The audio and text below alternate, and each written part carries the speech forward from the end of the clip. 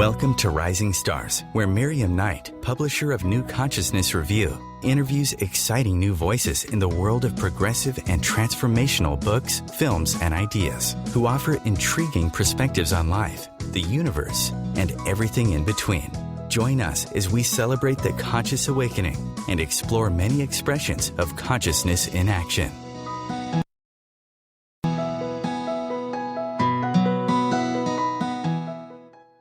New Consciousness Review and the Rising Stars Show.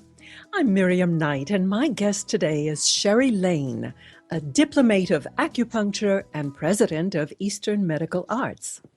Now, acupuncture is one of the essential elements of Oriental medicine and the oldest, most commonly used medical procedure in the world. Sheri has been in practice for 30 years as an acupuncturist and has written a book called Living the EnerQi Connection that illuminates and demystifies the art of acupuncture and ancient Chinese medicine, explaining natural energy and how it works, why you want it in your life, and how you can cultivate your own powerful life force called Qi. Welcome, Sheri. Thank you for joining us. Thank you for having me, Miriam. Sheri, tell us how the principles of acupuncture were discovered 5,000 years ago in China. When the natives were warring, what they noticed after a day of coming home fighting, and they would have sword marks on their body and spear marks, they noticed that some of their chronic diseases were starting to heal. And then the elders of the tribe and the doctors started to look at corresponding areas on the body that these puncture wounds caused in order for the natives and the warriors to start to feel better. And they put together a system based on puncture wounds and the vibrational channels that they connected to on certain areas of the body. And that's how they figured out that there's something to making a motion in the body that healed and balanced their bodies out. When I read that in your book, I was just absolutely astonished. I had no idea, but it's fascinating to think about that as the origin of acupuncture. Isn't that amazing? I mean, considering that it started with swords and spears and now it's these tiny little needles. So tell us what drew you to energy medicine in general as a profession. You know, I was always interested as a child in herbs, and I always wanted to be a doctor, and I used to play doctor. And what I did when I was a child is I would have all of our neighbors come over, and we would build forts, and my fort would be a clinic fort.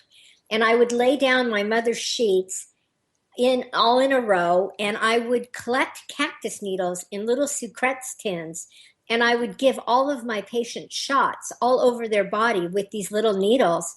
And then my brothers built little shelves for me with bricks and wood, and I would collect branches and bark and different flowers in little mayonnaise and mustard jars and label the jars, and I would make medicines for people. Fast forward to 25 years later, and my daughter was in an accident, and I was doing everything I could to find out something to help her naturally. And I made my way into an acupuncture clinic, and I walked into an herbal room, and I saw all of these jars on the shelf that looked like glass jars that could have been my mayonnaise and mustard jars with labels on them, filled with different herbs. And it was like I had already lived that experience. Wow. So you set out to study it yourself. I set out to study it myself. It felt like it was something that I needed to do. It was a path that I was led to. When I was a child, from the ages of around maybe 8 to 12, I would lay down and go to sleep. And instead of like one would chant an Om, my chant was these numbers would roll through my mind, like 1, 16, 44, 2, 12. It would go on for hours some nights not as long. And when I got into acupuncture college, the way you memorize points on the body is all by numbers. And it's like I had lived, all the meridians are numbered. So you memorize a meridian 2, 13, 26, 4, 11, 44, 45, and you memorize treatment prescriptions all by their numbers. And it's when I had first seen that, I had already lived that experience for 4 years as a child, every night in my mind. Wow. It was pretty interesting. So you kind of got the message that this was what you were meant to be doing. It really was, because I wanted to be a doctor, but for life circumstances, I couldn't give it that much time. It's a 12-year study. So I kind of turned myself around, and now I'm a wonderful doctor. It's just a different kind of doctor. Mm-hmm. Now, I think most people get the general idea that acupuncture involves the placement of needles along energy pathways. But how it works is really a bit of a mystery. So your book sets out to illuminate that mystery. Can you give us a kind of general introduction? Well, as you said, the body is lined with energetic pathways. The Oriental philosophy is that every one of those pathways has an electromagnetic force field. Let me say that again, an electromagnetic force field. So your body is a walking vibrational force field, and all of the electromagnetic areas on your body are lined and illuminated, and all of these areas go to all the organs, all the blood, all the cells. Everything that's going on, the brain in your body is an illuminating force field. When one introduces the needles to the body, they're metal, so they conduct their own electromagnetic force field. And when we put them in the body, they act as a magnet, and they change the way the energetic force field on your body moves. And they literally change it and bring the energy like a river to realign and reflow itself. Now, you study the meridians and which points govern which issues.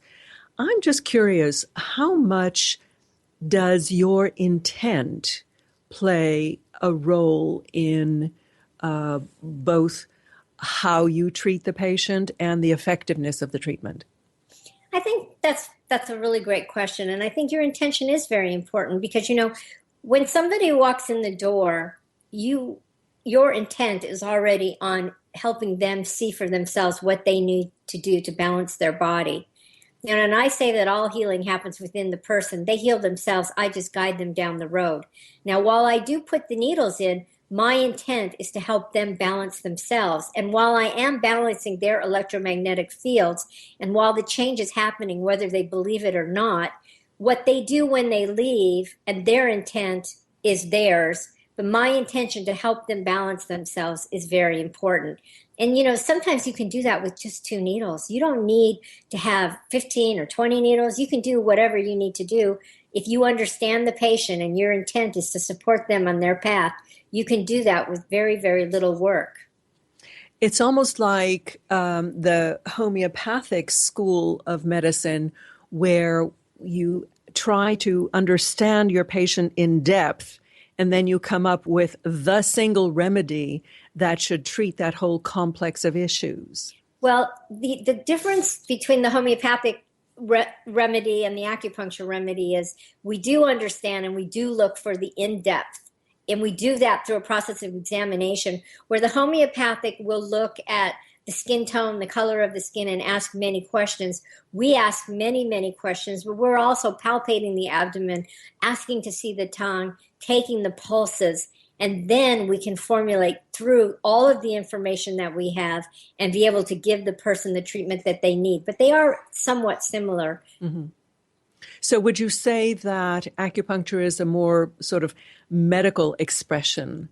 I think so. I think acupuncture it's definitely more of a medical expression. Although you don't want to second guess the homeopathics, because the nature itself in its healing is very, very profound, and a good homeopathist can very much put someone on their path towards their own healing experience, for sure.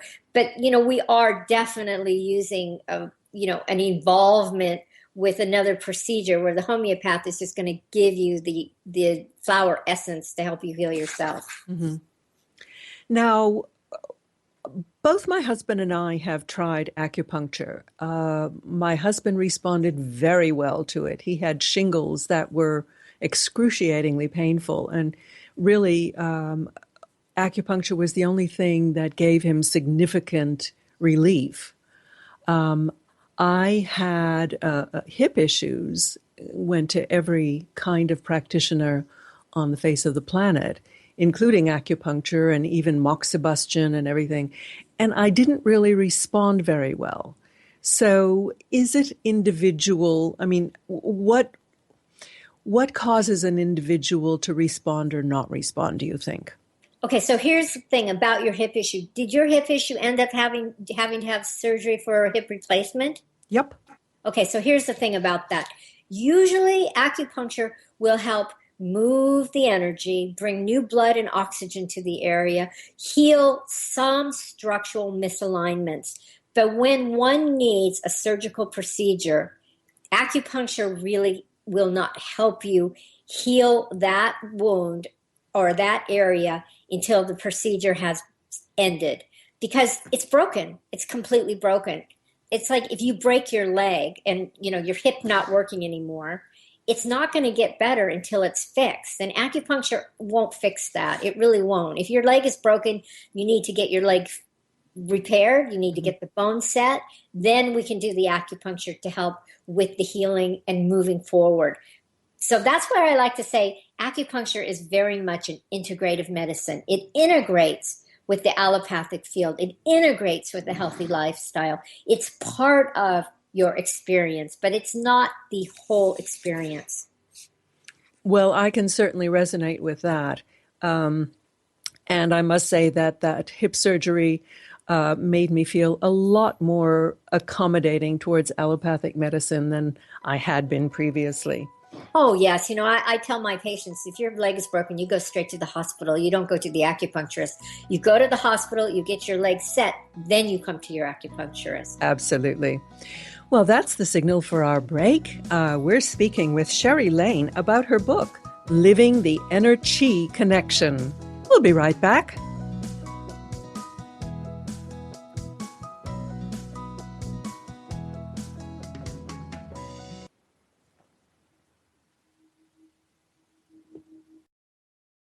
The best of the holistic, spiritual, and conscious world.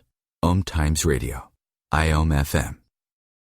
OMTimes Magazine is one of the leading online content providers of positivity, wellness, and personal empowerment. A philanthropic organization, their net proceeds are funneled to support worldwide charity initiatives via Humanity Healing International. Through their commitment to creating community and providing conscious content, they aspire to uplift humanity on a global scale. OMTimes, co-creating a more conscious lifestyle. Hi, this is Sylvia Henderson, intuitive life coach and energy healer. Are you ready to elevate and rise way above your normal? Be sure to listen to my show, Intuitive Transformations, on OMTimes Radio, Sunday evenings at 9 p.m. Eastern. Get the inspiration you need to transform your life. Hi, this is Angela Levesque, host of Entanglement Radio. Join me Wednesdays at 12 p.m. Eastern for inspiring conversations with visionaries in spiritual science and conscious healing. Entanglement Radio, Wednesdays at 12 p.m. Eastern. Transcendent talk for the conscious mind.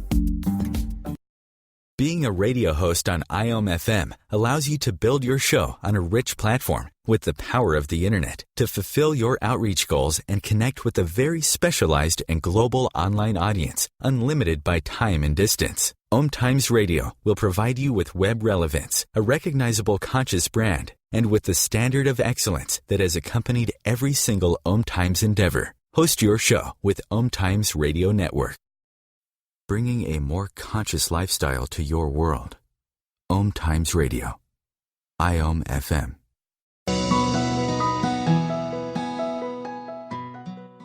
Come back. We're speaking with Sheri Laine, a diplomate of acupuncture and author of Living the EnerQi Connection. Sheri, can you tell us what your website is? It's www.balanced EnerQi.com. So you actually coined this term, energy. How is that different from the traditional concept of chi? Well, chi is the life force that we all radiate every day, all the time. We all have chi coursing through our body. Without chi, we have no life. The term energy that I coined is what we do with that chi when we live the life that we live, how we sleep, how we eat, how we relax, how we exercise, how we think. The surroundings that we live in all contribute to an energy that feeds us and brings us out into the world at large. And then what we do is we radiate that energy based on our thought and our life. So it's like energy is chi is the definition and energy is the supply? The essence. Energy would be the essence of how one lives their lives and how they vibrate that out into the world. As I said before, we're all a vibrating energetic force field. Sometimes that force field is weak. Sometimes that force field is powerful. The energy is the vibration that we give off through the choices that we make in our life and through the way that we live our life. And that's what we radiate out into the world and what we live within ourselves. So what are the elements that, or in our life, that either build up or tear down the chi? Well, I think the way we live our life, the way we eat, the way we sleep, the way we communicate, the way we meditate, the way we exercise, the way we talk with others, and surroundings that we live in. So it would be emotional, psychological, physical, spiritual, mental, and as I said, emotional. I think people understand intuitively that good food, good water, etc., will build up your health, your energy. But probably things like surroundings and emotional relationships are less intuitive. How do they affect us? Well, we all know when we walk into a place that's cloudy or dark and it's not clean or it's not kept, we all have a certain feeling that we get. That's an energy that we feel. And if you live in an energy that doesn't make you feel empowered and thoughtful, and if you're uncomfortable in your surroundings, that contributes to how you feel within yourself and what you take out into the world around you. The same thing is going to happen if you're surrounding yourself in relationships that aren't harmonious, that don't bring you love and understanding and a sense of power, empowerment, and self. It's those types of things that contribute to what's going on inside of your internal mind, so that when you go out into the world externally, you bring that with you. You carry it. If you remember the Charles Schwartz, the Linus and the Piglet, remember Pigpen used to carry a little trail behind him of his dirt. And that's kind of what it's like when you're not living in a vibrational force field that's very, very high. You carry that little trail with you wherever you go. And that's part of the energy essence. That's a pretty, pretty graphic illustration to keep in mind. It is, really. Pigpen and his little cloud of dust. Exactly. Very good. Now, you have other qualifications. I believe you're a nutritional therapist as well? Yes, I always study what people are eating and drinking and what they're taking into their body as far as their nutrients, vitamins, herbs, because I think that's all part of a balanced lifestyle and bringing equilibrium into your life. Because I noticed in the case studies that you describe in your book that by and large, the advice that you give your clients is deals with lifestyle changes. So it's not only treating the energy field. Well, when we talk about lifestyle changes, it's all part of the energy field. As I said, they're all part of what your vibrational force field is. So I'm going to ask and I'm going to wonder what you're doing nutritionally that will make you healthy and and give you the power that you need out in the world to be the very best that you can be. I liken food to what you feed, feeding a plant. If you think of yourself as the plant, what kind of nutrients are you giving yourself? If you had a plant in your house, what are you doing to feed it and nurture it so that it can be as beautiful and shiny and bring its blooms to the surface? I think that goes back to something that, particularly in New Age circles, we say very frequently, that thought is energy. And Absolutely. that And food thought, is energy too, right? right, it's just a different form of energy. Mm-hmm. In fact, I think it was, what's her name? There's a doctor, Russian medical doctor, who wrote a book about the diet for cancer using flaxseed and like cheese combination. And she was saying that the flaxseed actually is just one of the best ways of capturing sunlight energy and bringing it into the body, because it's really a transport system for the big source of energy in the universe. And our thoughts are a similar transport system of getting that energy into our bodies and giving them life or damping them down. Now, when you use the acupuncture needles, you're talking about balance.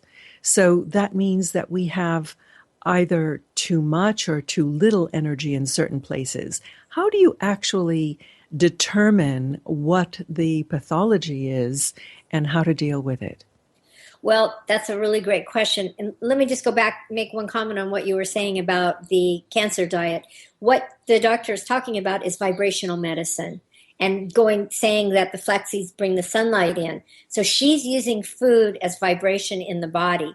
And that's a lot about what I talk about when I talk about nutrition is we're using plants and vegetables and healthy eating, proteins, nuts, oils as part of that vibrational healing medicine. And that goes to what you're asking me a question about. How do I know when energy is stuck, when we have too much or too little? It's all about that vibration of where the chi moves and how the chi moves. And the way I figure that out is first looking at the patient, and then I will talk with them about everything that's going on in their body from, I like to say, from soup to nuts. We start at the bottom or the top and we move down to the bottom. And then I look at their tongue and I can tell a lot about what's going on in someone's body by the color and the shape and the texture and the dampness or the dryness or the marks and the demarcations on the tongue. And then I will oftentimes put my hands on their abdomen and I can tell a lot by feeling the temperature of the abdomen, the tensile strength of the abdomen. And then I will look at the pulse points on the body. And each side of the arm has 6 different pulses. And I will palpate those pulses, deep, light, and I will feel what those pulses are. And from that, I can determine exactly where energy is in their body, where it needs to go, and how I need to get it there. Wow. Yes, I've seen or experienced the taking of the Chinese pulses, and that's so much more in depth than the normal just counting the number of beats per second. In fact, how do you distinguish between the different pulses? Well, one side of the arm has the internal organs, the yin organs, and the other side of the arm has the yang organs. And the yin organs of the body, which are the deep, the depth, the intuitive, the wet organs, so to speak, those are the deeper pulses. The yang organs, which are the fire, the essence, the brightness, the light, those are the topmost. And I can distinguish through years of experience and learning exactly what's happening in every single one of those pulse points through every organ. And every organ has its paired organ. We have a yin and yang for every organ in the body. And through touching those pulse points, I can see what every single one of those organs is doing and what their vibrational force field is and where their strength and weaknesses are, where they're moving and where they're not moving. Explain the difference between yin and yang? Well, yin and yang are polar opposites in the body. We'll say yin always becomes yang and yang always becomes yin. So if we say darkness becomes light and light becomes darkness, the yin is the dark, it's the quiet, it's the intuitive, it's the essence of quiet power, it's the wetness, it's the mist in the morning, it's the quiet thought and understanding of action that needs to happen. Yang is the sun, it's the brightness, it's the busy experience, it's the doing to the thinking. So every organ has its paired experience, just as all of us have yin and yang aspects to us in every way, just as all of our light has yin and yang aspects to it in every way. Well, we can't do one without the other. And that's reflected in the symbol of the Tao. Exactly. If you think of the symbol of the Tao, you see the curve. You see one side of the curve is dark, one side of the curve is light. But you also notice within that curve, there's a dot of darkness in the light and a dot of light in the darkness, because yin and yang are always in each other and one is always becoming the other. I've also heard them referred to as more masculine and feminine energies. Exactly. The yin would be the more feminine energy because that's the thought, the quietness, the intuitive, the more feminine, where yang is the more masculine. It's fiery, it's hot, it's movement, it's the strength of the power. And that's a yang energy. It's the male aspect.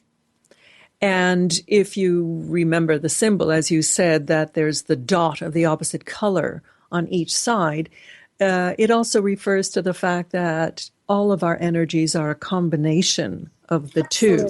Absolutely. We all have yang in us. We all have a male aspect of us, and we all have a feminine aspect of it. Just as every organ in our body and every system in our body also has the male and the female. So, there's the bottom of the hour. So we're going to have to take another break. Just to remind you, we're speaking with Sheri Laine about living the EnerQi connection, and her website is balanced.enerqi.com. We'll be right back.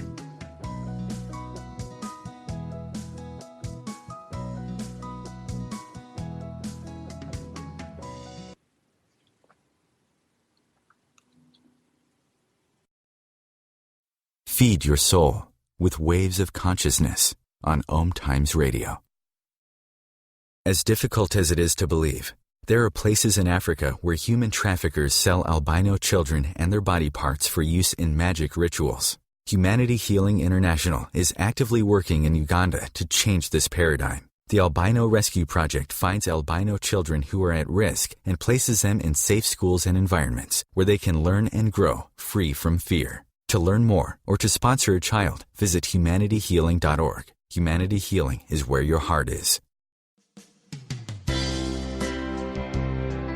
This is Terry Van Horn, and I want to invite you to join me for my weekly radio show, Healing Light, on OMTimes Radio, every Wednesday at 6 p.m. Eastern Standard Time. On Healing Light, we want to bring love, light, and blessings into your world. You can find out more about us at www.healinglightonline.com. Blessings. Matt Connerton here. Join Jen Coffey and I twice a week for Matt Connerton Unleashed, a political talk show that's a little different than what you're used to. No liberal or conservative agenda here, just an honest dialogue about truth and how things really work in the world of politics. Matt Connerton Unleashed, every Tuesday and Thursday night at 11 p.m. Eastern on OMTimes Radio. Host your show on IOM-FM, the radio network of OMTimes Media, one of the more recognized brand names in the conscious community, and is backed by the extensive marketing reach of OMTimes. Hosting a show on IOM-FM immediately connects you with our extensive dedicated community. Free your mind with OMTimes Radio. IOM-FM.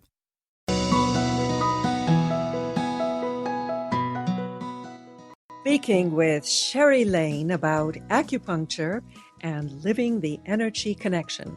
I just want to correct that Sheri's website is balanced, with a D, Balanced EnerQi, QI.com. Sheri, we were talking about the yin and yang and the Tao in Oriental medicine. One of the other aspects of Oriental medicine is the use of elements, and you go into that in your book. How is that useful to you? Well, we all have all of the elements in our body. And so what we look at is where in your body are you more of one thing than another? If we talk about fire, earth, metal, water, wood, which are the 5 elements in Chinese medicine, most of us have 3 elements that we pretty much live from. We are a type.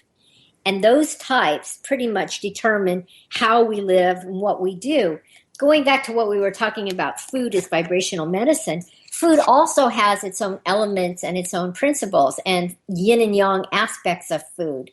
And so if you're a certain type in your body, then you are best suited to eat a certain way that fulfills your body type according to the elements. And, food also has, not only does it have its own vibration, but it also has its own yin and yang aspects. And so when we eat according to nature and we eat according to the colors of nature, we usually get the right types of element for our body according to the elements that we are, just by eating naturally and from the foods that are in season in nature. Now, when you say eating with nature, obviously there are different foods that come into season at different types of the year. Exactly. And would those be more complementary to certain element types than others? And I think of these elements more as archetypes. Exactly. And they would be more complementary. So just talking with you, I could see that you probably have a little bit more fire in your body than you have. You're maybe more of a extra, you move a lot, you do a lot, you're busy, you're doing things all the time. And so for you, a balance in your body might not be to eat more fiery foods, but to eat more earth foods. And that's what we do. We always look for the elements that balance out what it is you are and what you take out into the world. Now, a person who's more of an earth type, they're already feet planted very firmly on the ground, and they think a lot about what they're doing. They're very concise in their experience of life. And we're going to give those people a little bit more foods that give them more nutrients and give them a little bit more chi and a little bit more fire. And so what we do is we diagnose according to the elements, and then we can also talk about the foods that work better for those people in those seasonal elements. So are there pairs of elements, complements, kind of like a color wheel? Yes, there are. And there are also in our body, a element will work within its own element to balance itself out. Let's say the stomach and the large intestine are paired organs. The lung and large intestine are paired elements. The spleen and the stomach are paired elements. The heart and the small intestine are paired elements. They work together synergistically, the yin and yang aspect, to empower both of those elements to be stronger. So if you have, let's say you have a heart condition, does that mean that your small intestine is too strong or too weak or what? It could be that, and it could also be that if I go opposite, I can also maybe sometimes balance the liver and the gallbladder to help the heart, and that will also work with the small intestine as well. Complicated. They all work synergistically within each other. There's a control and nourish cycle in the Chinese medical chart, and we can oftentimes work to strengthen one organ by going with another organ in another family group. And so in your arsenal of knowledge, oh my goodness. Sorry. That's our clinic dog. Clinic dog upset today. She's seeing somebody. Okay. Does clinic dog do acupuncture with her teeth? No, but she actually works with all of the little patients. I treat a lot of children and young adults, and she comes and sits with them when she seems to intuitively know when they need support. And she comes and sits with them. It's really lovely, and they love her, and they sometimes just come to the clinic to visit her. So she just doesn't like radio, I take it. Yeah, she just doesn't like the UPS man. Sorry. The life of a delivery man. It's not fair. It's not fair. So, getting back to the elements, when you deal with an imbalance, what are the kinds of therapies that you will bring to bear? I mean, do you use the sort of image of the organ / element as the core principle, and then you come up with all these other therapies to support it? You know, honestly, Miriam, when I work with a patient, I take into consideration everything that they're bringing, what their symptoms are, what their chief complaints are, what their body's doing, what their pulses are telling me, what their force field is. And then I decide right then and there where I'm going to go and treat them. It's always, I'm going to work to balance the organs, the yin and yang essence in the body, and the chi in the body. Mm-hmm. But after that, we can go in and we can talk about nutrition, and we can talk about meditation. And I can talk about lifestyle and exercise and sexuality and psychological experiences. But we're always going to start with what's going on with them and move into all the other things that they need. You know, I have to say that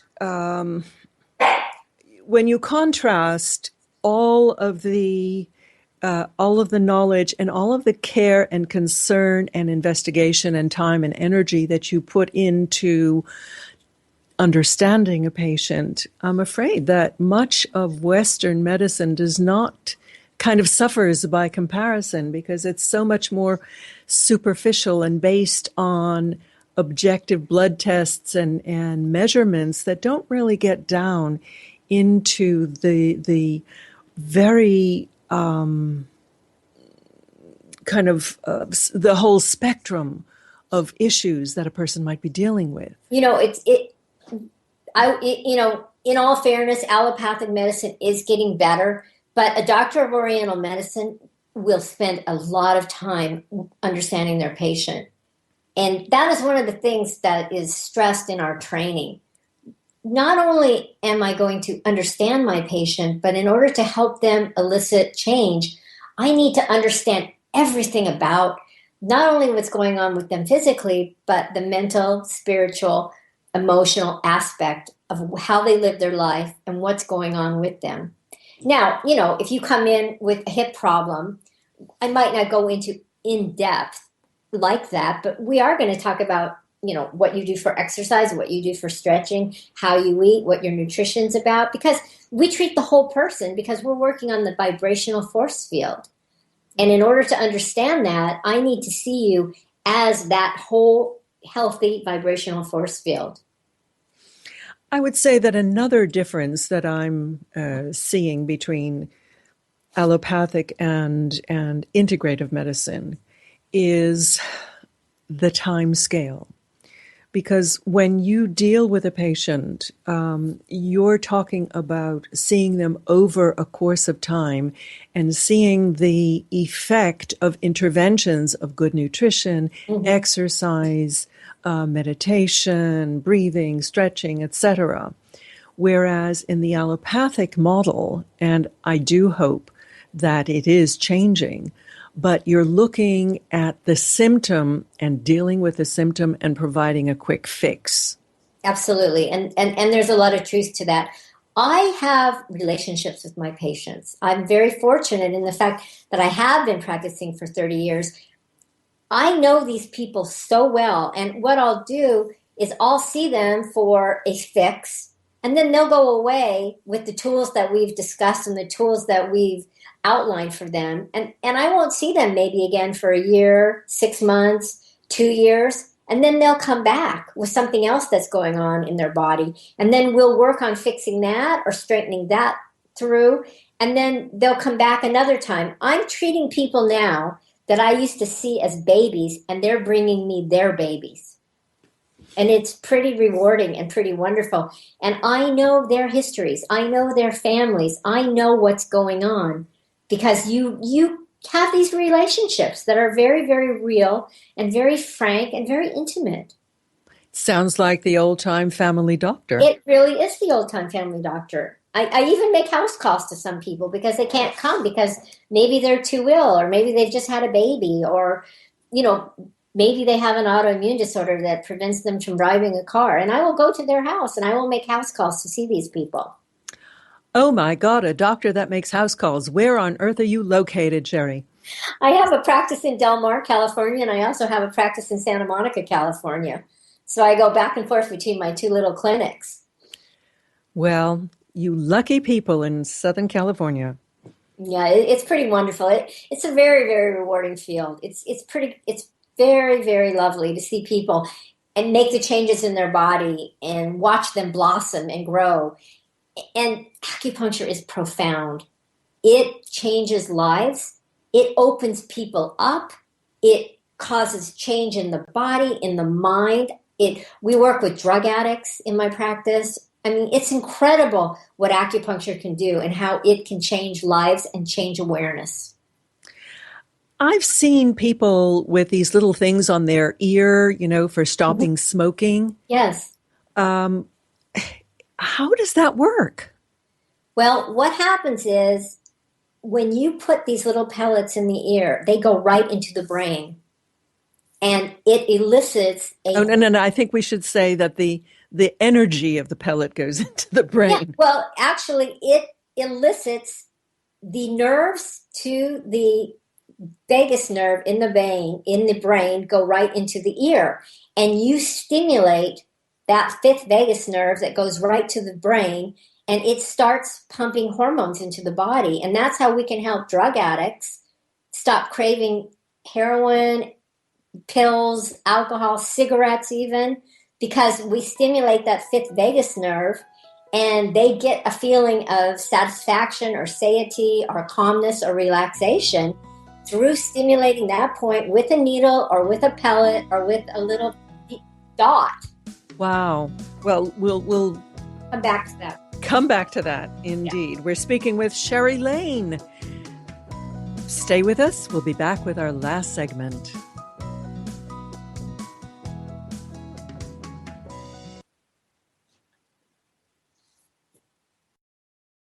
The cutting edge of conscious radio, OMTimes Radio, IOM FM. Have you ever wondered how to change your love paradigm? The secret key is finding a love partnership, not just a regular connection. How do you find these? Through conscious relationships. Ascending Hearts Dating is a dating site for people like you that believes in second chances and a different type of spiritual connection. Try Ascending Hearts for free today at ascendinghearts.com. and change your love paradigm. Ascending Hearts, the premier dating community for the spiritually awake. Hi everyone, this is Shay Parker, the host of Best of the Best, which airs live right here on IOM Radio every Tuesday night at 8 p.m. Eastern and 5 p.m. Pacific. I'm super excited to bring you expert guest hosts, spiritual discussions, free psychic readings, and so much more. I can promise that you will not want to miss this one-of-a-kind, fun, yet touching, down-to-earth show. Join us every Tuesday night at 8 p.m. Eastern, 9 p.m. Pacific on OTR-FM. This is Shay Parker, and I can't wait to see you there. Do you have time to read that inspiring book or that blog post you've been meaning to get to? In your busy world, how do you improve yourself and keep your life going? I'm Lisa Kay, and my Between Heaven and Earth radio show can transform your life just by listening. Be uplifted with inspiring topics, positive stories, and ideas that really work. Between Heaven and Earth radio is conscious living for your soul, every Wednesday at 4 p.m. Eastern Time. Being a radio host on IOM FM allows you to build your show on a rich platform with the power of the internet to fulfill your outreach goals and connect with a very specialized and global online audience, unlimited by time and distance. OMTimes Radio will provide you with web relevance, a recognizable conscious brand, and with the standard of excellence that has accompanied every single OMTimes endeavor. Host your show with OMTimes Radio Network. Your conscious connection to a more mindful world. OMTimes Radio. IOM FM.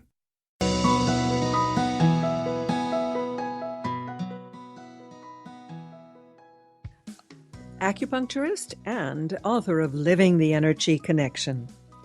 Sheri, before the break, we were talking about how those little studs in the ear actually have a direct influence on the nervous system and pipeline to the brain.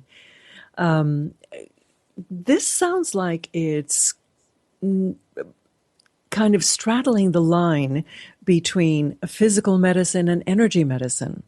Absolutely. They definitely integrate with each other. You can do a lot for a person who suffers from severe anxiety, withdrawal symptoms, bipolar experiences, nervousness, hyperactivity through working with auricular acupuncture. In fact, what they're doing now is in trauma, as far as earthquakes, they go world, like the Haiti earthquakes or the tsunami. They go out and they set up a tent next to the Doctors Without Borders, and they're called Acupuncturists Without Borders. And they work with people doing nothing but auricular acupuncture to calm people that have had severe crises in their life.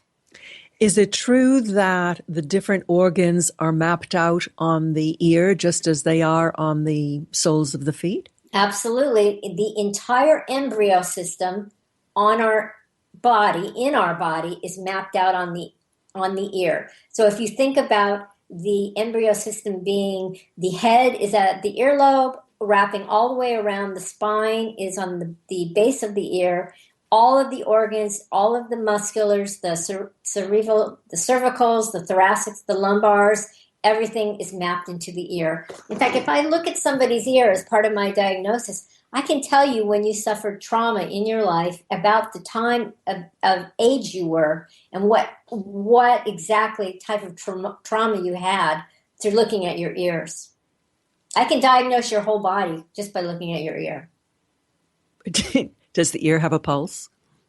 Well, behind the ear you have a pulse, but the ear has a story. Wow. So give us an example. What are you looking for? Dense?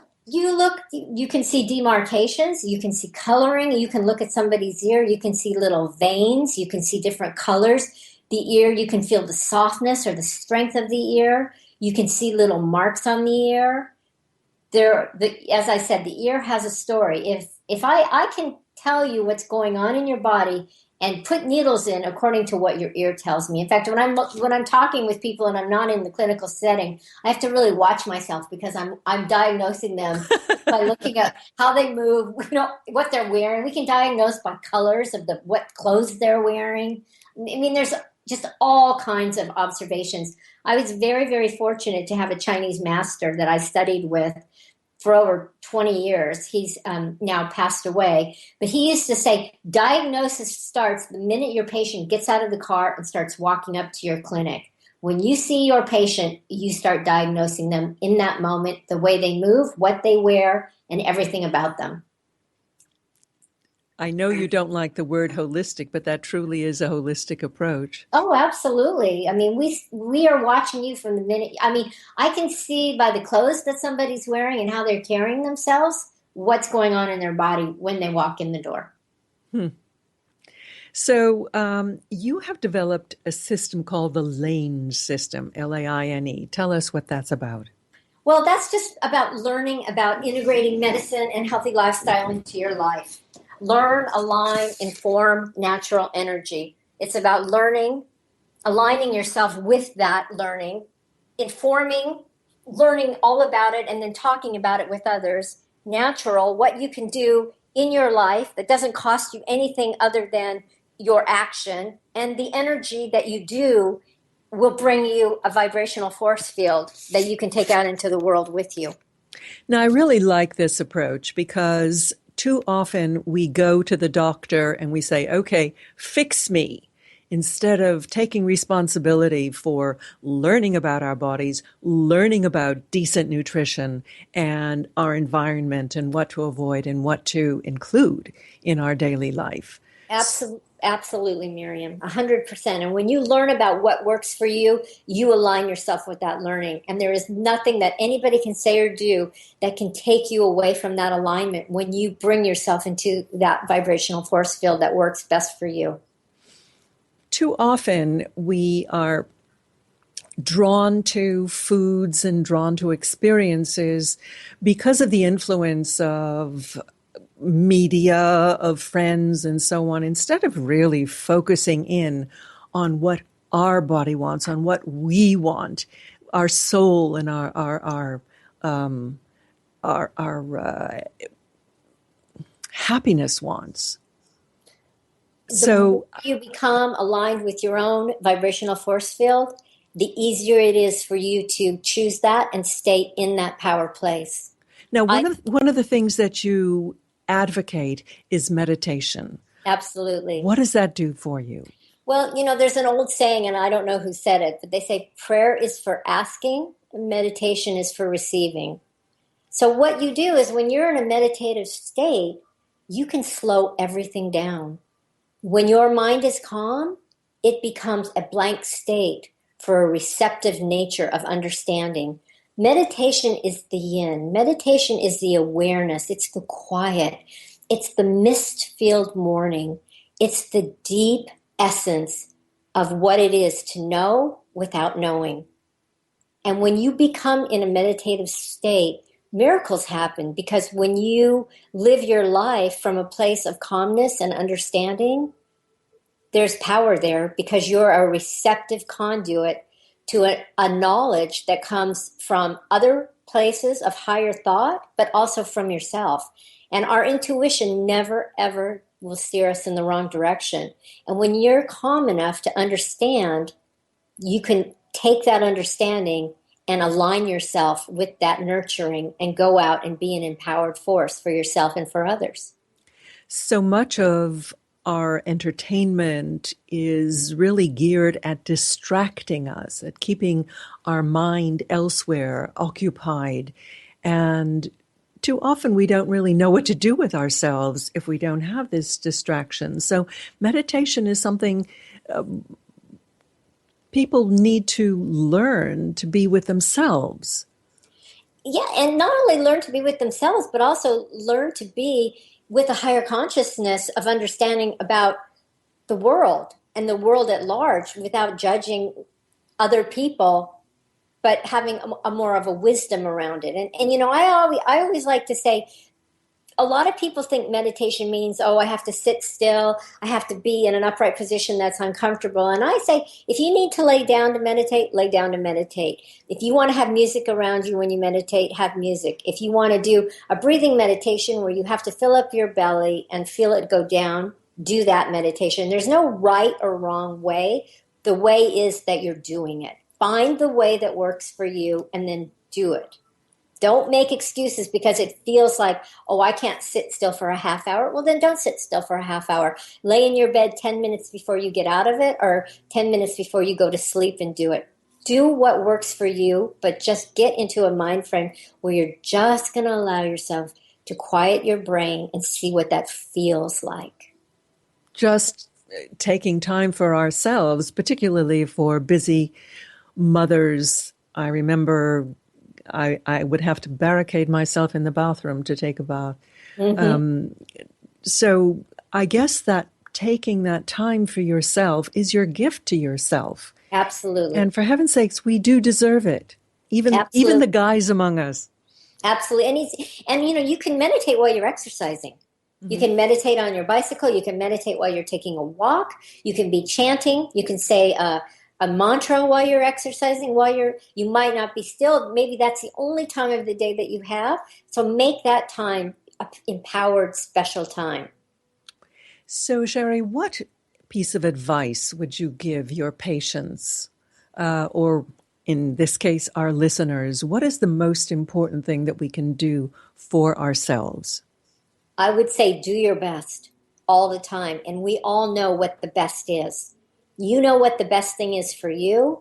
And if you don't know what it is, figure it out and then do it. Get someone to support you. Do your best in the foods that you eat. Do your best in the exercise that you do. Do your very best in the meditative experience that you have. Do your best in communicating with those around you, in the ones that you love. Do your very best for yourself sexually. Take care of yourself, nurture yourself as you would a small child, because that's where the love comes from. And as you love yourself and do your very best all the time, nothing can take you from your path. I believe from memory that do your best is one of the 4 agreements Absolutely. of Don Miguel Ruiz. Absolutely. And when you do your best, you don't have to feel bad about anything else, because you know in that moment that you've done your best. And tomorrow your best might change. And the very next day your best might change, because we're changing all the time. Just like day becomes night and night becomes day, and circumstances always change. But if you're doing your best in that moment, in that circumstance, you'll never ever feel that you haven't done enough. Sheri, that's absolutely wonderful advice. And I commend your book, Living the EnerQi Connection, to our listeners. Do you have any other books coming up? Well, I do have another book that I did write called The EnerQi Connection. Living the EnerQi Connection is my second book. And the third book might actually be a little bit differently. It might be more of a journaling type book, a book of sayings, a book of manifestations. It's not here yet, and I can't say when it's coming, but it's something that's cooking up in my brain. Very good. Well, we look forward to it. Thanks. We've been speaking with Sheri Laine. Her website is balancederqi.com. Thank you, Sheri. Thank you, Miriam. Take care. You too. And hope you'll join us next week. In the meantime, visit our website, ncreview.com. I'm Miriam Knight. Have a wonderful week. Goodbye.